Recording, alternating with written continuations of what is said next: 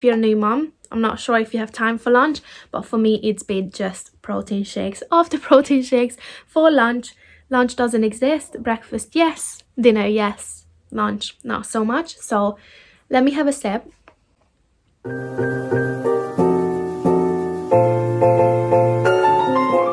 I'm going to be talking about an 18-hour unmedicated natural birth, which is my birth story, and I really want to share it with you because I want to give you confidence that if this is something that you are aiming for, which I'm guessing you are because you're here and you clicked on this video, I want you to know that you can do it.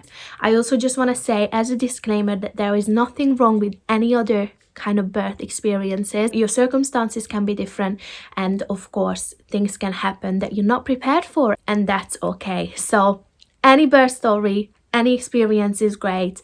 Like literally hats off to you, especially knowing now what it takes.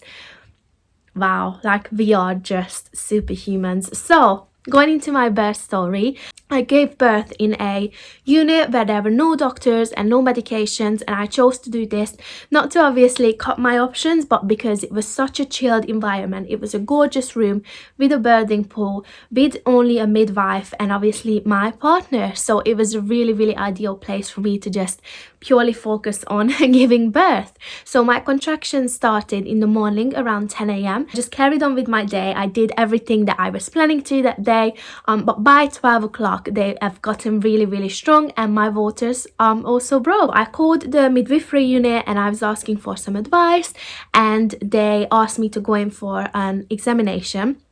So I headed straight to the hospital with my partner, and they examined me and they confirmed that my waters have broke, and also that my contractions were obviously valid and real. So that was a really nice reassurance. So then I was sent back home. They said spend some time at home. So this gave me the chance to actually wash my hair, get some lunch. By the time we headed back to the hospital, it was the case of me actually having to breathe through my contractions and humming through my contractions, which again, if you haven't heard about it before, it's not the sign of you being completely out of control. It's actually focusing your own voice and just vocalizing or humming or doing whatever works best for you. For me, it was personally just a lifesaver.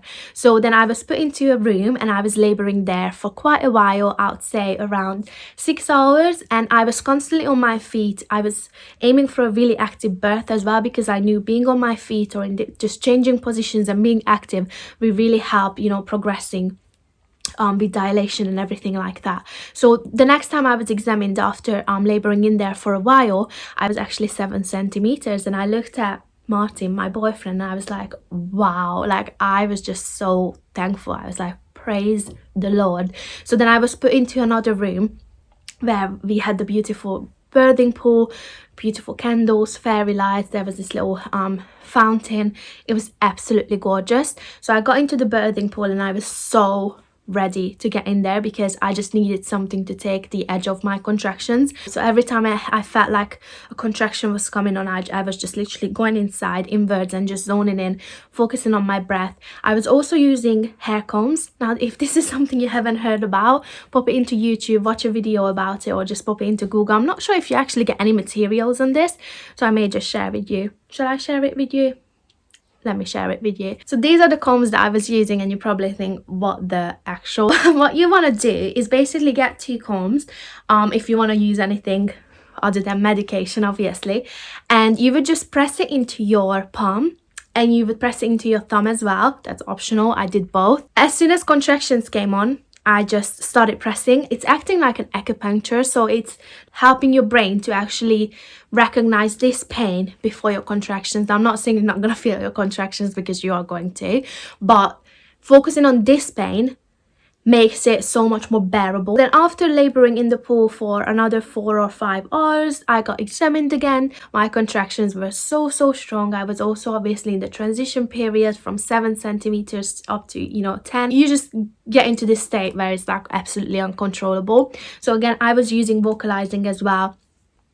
Do your research on this as well, because it's just gonna make you feel in so much control. And one thing that I got from the midwives was basically compliments, saying, wow, you're doing so well, because they could see me laboring for, like, at this point for quite a long time without any medication. I actually thought to myself, I could just have it easier at this point, but I said to myself at the same time, I can just carry on.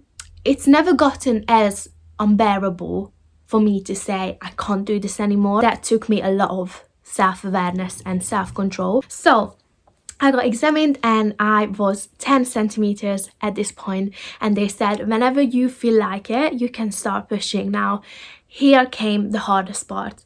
I thought pushing will be so relieving. For me, that wasn't the case. My contractions actually slowed down. I didn't feel them anymore, like they weren't as strong, and I couldn't actually wait for my contractions to come on so then I can start pushing. It felt like I actually had to stop pushing so then they can come on, because every time I actually went for it, my contractions just came. It was weird. And at one point I even looked at the midwife and I was like, my contractions are not coming. I was literally panicking, and she was like, don't worry, you're just getting a longer break. I was frustrated because I was ready to give birth, and at that point I was in labor for like 15-16 hours, so I was so ready to give birth and just get rid of the pain in general because I was so uncomfortable at this point. I decided to stay on the bed because there I felt my contractions a bit more stronger, and I kept changing positions and nothing was working. I felt like I wasn't making progress, and then the midwife came up to me and said, if you're not making progress in the next hour or so, we need to consider transferring you to the big hospital where they can obviously give you some additional help if needed. I was like, no way that I've gone through this and I've remained so strong and it was going so well and I was progressing so quick. They actually asked me to go to the toilet to empty myself because they said that could be the problem. What was stopping me from actually giving birth was that I had a full bladder, so they popped this little tube up that allowed me to actually fill up two massive like buckets which was crazy to see. I was like, is this coming out of me? I can't feel anything.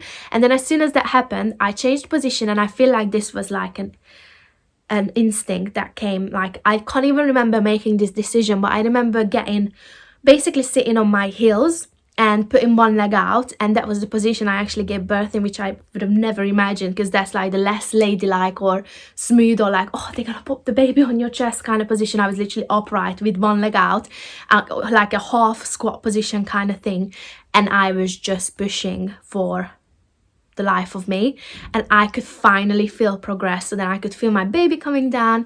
I could feel lots of pressure down there. I could feel this burning sensation that you start feeling, and I could finally see and feel, well, not see, but like in front of my eyes, I could see it. I could feel some progression, and that's when Martin came behind my back and he was supporting me from there, because I was pretty much falling off the bed at this point. Like, my vision was blurry, everything was just messy. I had a cold flannel on my head. Oh, it wasn't glamorous. It wasn't glamorous at all. It's not how I imagined it at all. And then next thing you know, my baby was out underneath me and the pain was gone, and it was all like a little fairy tale for a split second. And then they actually had to take my baby away because he had a really mucousy chest, so they had to do some stimulation. But 1 minute after, I literally had time to just lay down and put my body down, and they brought my baby back and they put him on my chest, and it was honestly the best thing that ever happened to me. Literally the best day of my life. And I know this sounds so typical, but it's so true. So ended up having an 18-hour labor, and by the end of it, honestly, like, your adrenaline kicks in, your instincts kick in, and all of this energy comes rushing at you, and you're just like, yeah, I've given birth, but I can't even feel it. I'm exhausted, but at the same time I'm so ready to look after this baby. And yeah, so that was my birth story. I actually had a really difficult tear as well. It wasn't deep, it wasn't severe, but it was a really difficult one apparently. I'm not an expert myself, so they actually ended up stitching me up for another hour, which was probably the most uncomfortable part of it all, because I just had to lay there and I was so ready to just be cleaned and just be comfortable and nice and warm, and just being able to immerse myself into the fact that, oh my gosh, I've got a baby on my chest, and I had to be there, like, literally stitched up and just chill while they were doing it for an hour, and not being able to just crack on to be honest. So obviously not complaining. They did an amazing job, and yeah, so that's pretty much my birth story. So I hope you enjoyed it. I hope it gives you some hope. I hope it gives you some reality realness, rawness, and I hope you will be able to have the most empowering and best experience that you get to look back on, because mine was definitely one of those, and I'm just really thankful for it. So yeah, as I said, preparation is key. Educate yourself on absolutely everything that you can. I'm actually going to link a channel down below that really helped me while I was pregnant. I made it my mission to watch at least a couple of videos a day just to educate myself on certain things, and if it wasn't for those videos or just looking up these little tricks such as the comb or the breathing techniques, then I honestly don't think that I would have had the experience that I had. So I hope that you find this useful alongside the things that I'm going to be linking down below, and have a glamorous day. And if you're pregnant, keep going, you've got this, and I can't wait for you to meet your baby.